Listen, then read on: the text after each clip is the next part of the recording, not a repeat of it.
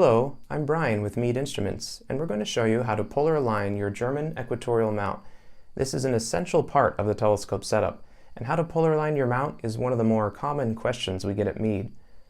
I'm going to be demonstrating polar alignment on this LX85 mount, but most of what I show you will also be applicable to just about any other German Equatorial, or we'll simply call EQ mount for short. Please note this content is going to focus on use in the Northern Hemisphere. Polar aligning in the Southern Hemisphere is a little trickier because there isn't an easy reference point to the celestial pole as we have in the Northern Hemisphere using the star Polaris, which I'll talk more about later. Instead, the observer in the Southern Hemisphere would use a small group of stars located near the celestial pole and use that as their reference point.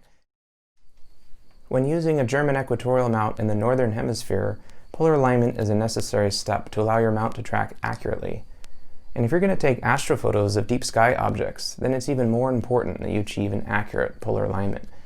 For planetary, solar, or lunar photography, an accurate polar alignment is not as critical, although it will make processing your images a lot easier later.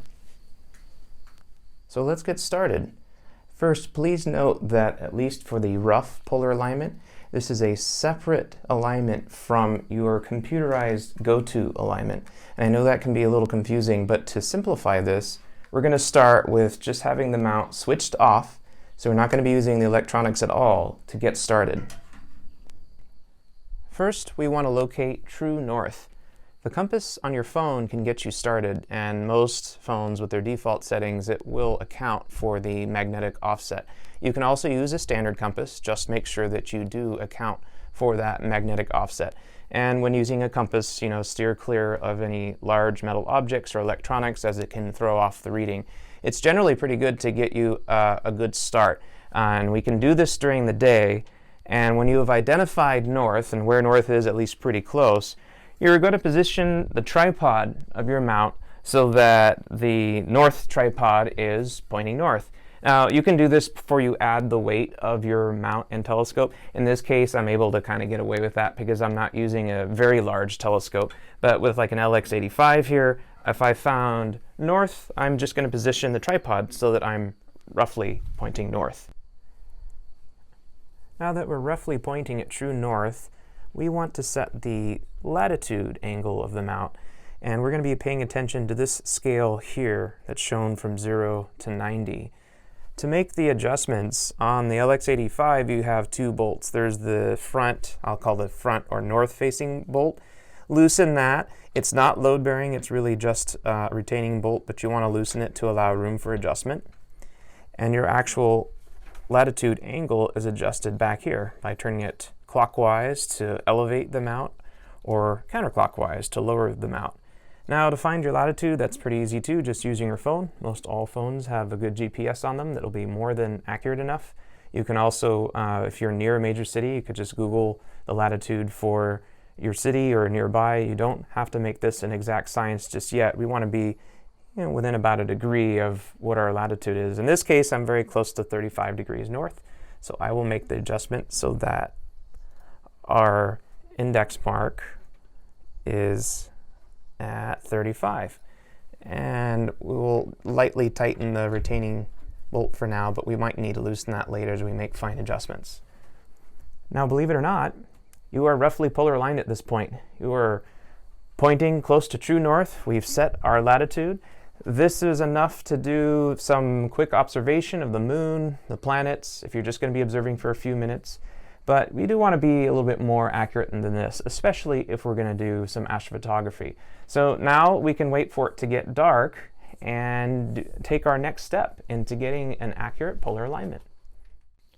So now it's dark and we have a rough polar alignment from earlier today. Now we're ready to dial it in and get an accurate polar alignment under the night sky. Now, even the most advanced telescope users will debate over which is the best method or which is the preferred method to accomplish a good polar alignment. I'm going to show you 3 of the many ways that you can polar align your telescope. I'm going to show you 3 easy, straightforward ways to dial in your mount and be ready to start tracking for long periods of time, or even track for taking long exposure astrophotos. Method 1, we're just going to use the telescope, the finder scope, and the eyepiece, which all telescopes should be equipped with, and of course the mount. Start by positioning the mount in the home position, as I've done here. We're doing this manually. We still haven't turned the telescope on. But the home position, counterweight shaft should be pointing downward. The optical tube is pointing north. This happens to be declination at 90 degrees, but you don't really have to worry about that. Just set your optical tube so it's pointing forward and in line with the right ascension axis, as I've done here. This is your home position.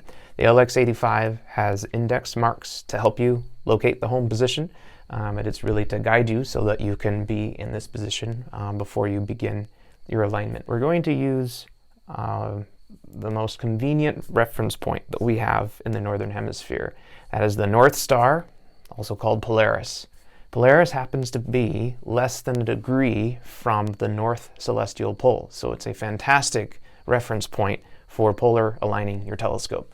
So with my finder scope, should be already aligned with my optical tube. You should have your telescope set up as you normally would, with your finder scope aligned and your eyepieces, everything ready to go. So if I'm looking at the sky, right now I can see Polaris. If I look through the finder scope, I should see Polaris, hopefully somewhere in the finder. Now, if you don't see Polaris in your finder scope, that means your daytime alignment wasn't quite accurate enough to be in the field of view, and that's okay. Have a look at the sky, identify Polaris, which is not the brightest star in the sky, but it is the brightest star in Ursa Minor, or the Little Dipper. Polaris is at the end of the handle of the Little Dipper and is the brightest star in that constellation. And so identify Polaris in the night sky. The adjustments that we make are going to be moving the azimuth left and right and the altitude up and down to the mount. We are not going to adjust the right ascension, which I'm doing here to show you, or the declination.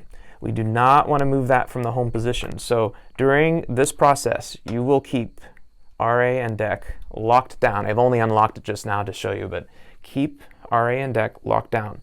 Any movement we make is either going to be by physically moving the whole tripod left and right if we're making gross adjustments, or by making fine left-right adjustments or azimuth adjustments with these knobs here, or the altitude adjustments, also the latitude, which I showed you previously.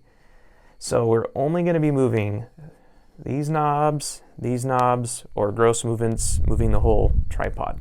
So I'm looking at the sky, I'm looking for Polaris. And let's say I'm only off by a couple degrees. I can see it. It's not in my finder. I'm going to make a little azimuth adjustment.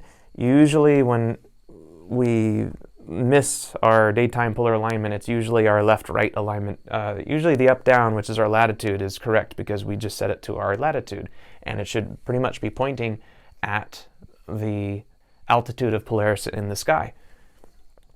So I can make azimuth adjustments with these knobs here. And if I look through the finder, get it centered, left and right, I make a small adjustment to my altitude and center Polaris in your finder. At that point, you would make the progression to center Polaris in the eyepiece. Again, you're not moving RA or dec. Your telescope's still off. You're doing this offline. This is a manual adjustment here. Center Polaris in the eyepiece. With Polaris centered in the eyepiece, we are now less than 1 degree from being perfectly polar aligned. At this stage, our polar alignment's good enough to proceed to do a go-to alignment with your AudioStar handbox. You can track objects across the night sky for the duration of the night without having to make very many adjustments at all to keep those objects centered. You can also start taking some astrophotos, short exposure astrophotos, lunar imaging, planetary imaging. Even some short exposure deep sky objects can be accomplished at this level of polar alignment. So depending on what your goals are, this works in many cases, especially if you're going to set up for a quick observing session. You really don't need to be more polar aligned than this because you don't want to spend more time aligning your scope than you would just simply making an observation. But if you're going to take longer exposure astrophotos, or you want to prevent your object from drifting out of the field of view over a prolonged period of time, you do need to get a little bit more dialed in than this. Method 2 uses an optional accessory, a polar axis finder.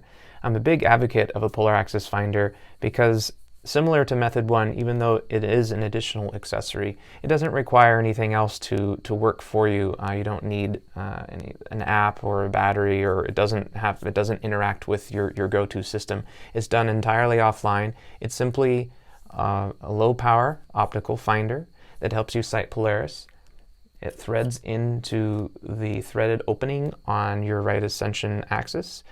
There is a polar axis finder scope available for the LX85. And even though it is just a little finder, it has a transparency map in that finder scope that shows you where to position Polaris in relation to the North Celestial Pole. And it references the Big Dipper, as I mentioned, Ursa Major. It also shows the relative position of Cassiopeia. So if you can see either the Big Dipper, Ursa Major, or Cassiopeia in the night sky, you can adjust your telescope in relation to those constellations to offset Polaris.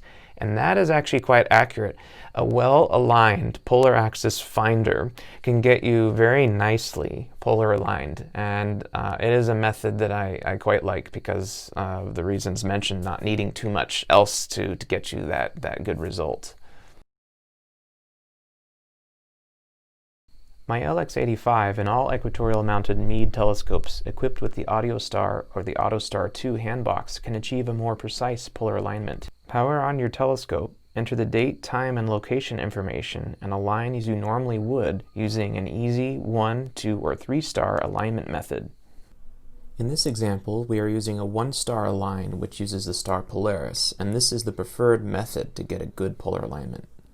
Adjust the mount's latitude and azimuth knobs to center Polaris in the eyepiece. When Polaris is centered, press Enter and the telescope will move to an alignment star. If the alignment star is not visible in your sky, press the scroll down arrow key on your handbox to select another alignment star. If alignment is not successful, double-check your alignment star, and if necessary, check your date, time, and location information and try again. Your telescope alignment is now complete. Your EQ mount is polar aligned, and you're ready to start your observing or photography session.